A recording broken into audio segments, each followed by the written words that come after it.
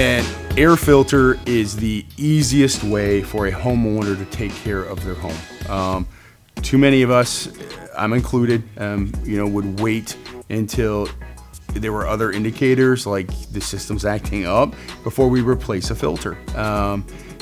When we're talking about the 1-inch wide filters, we really should be replacing them once a month.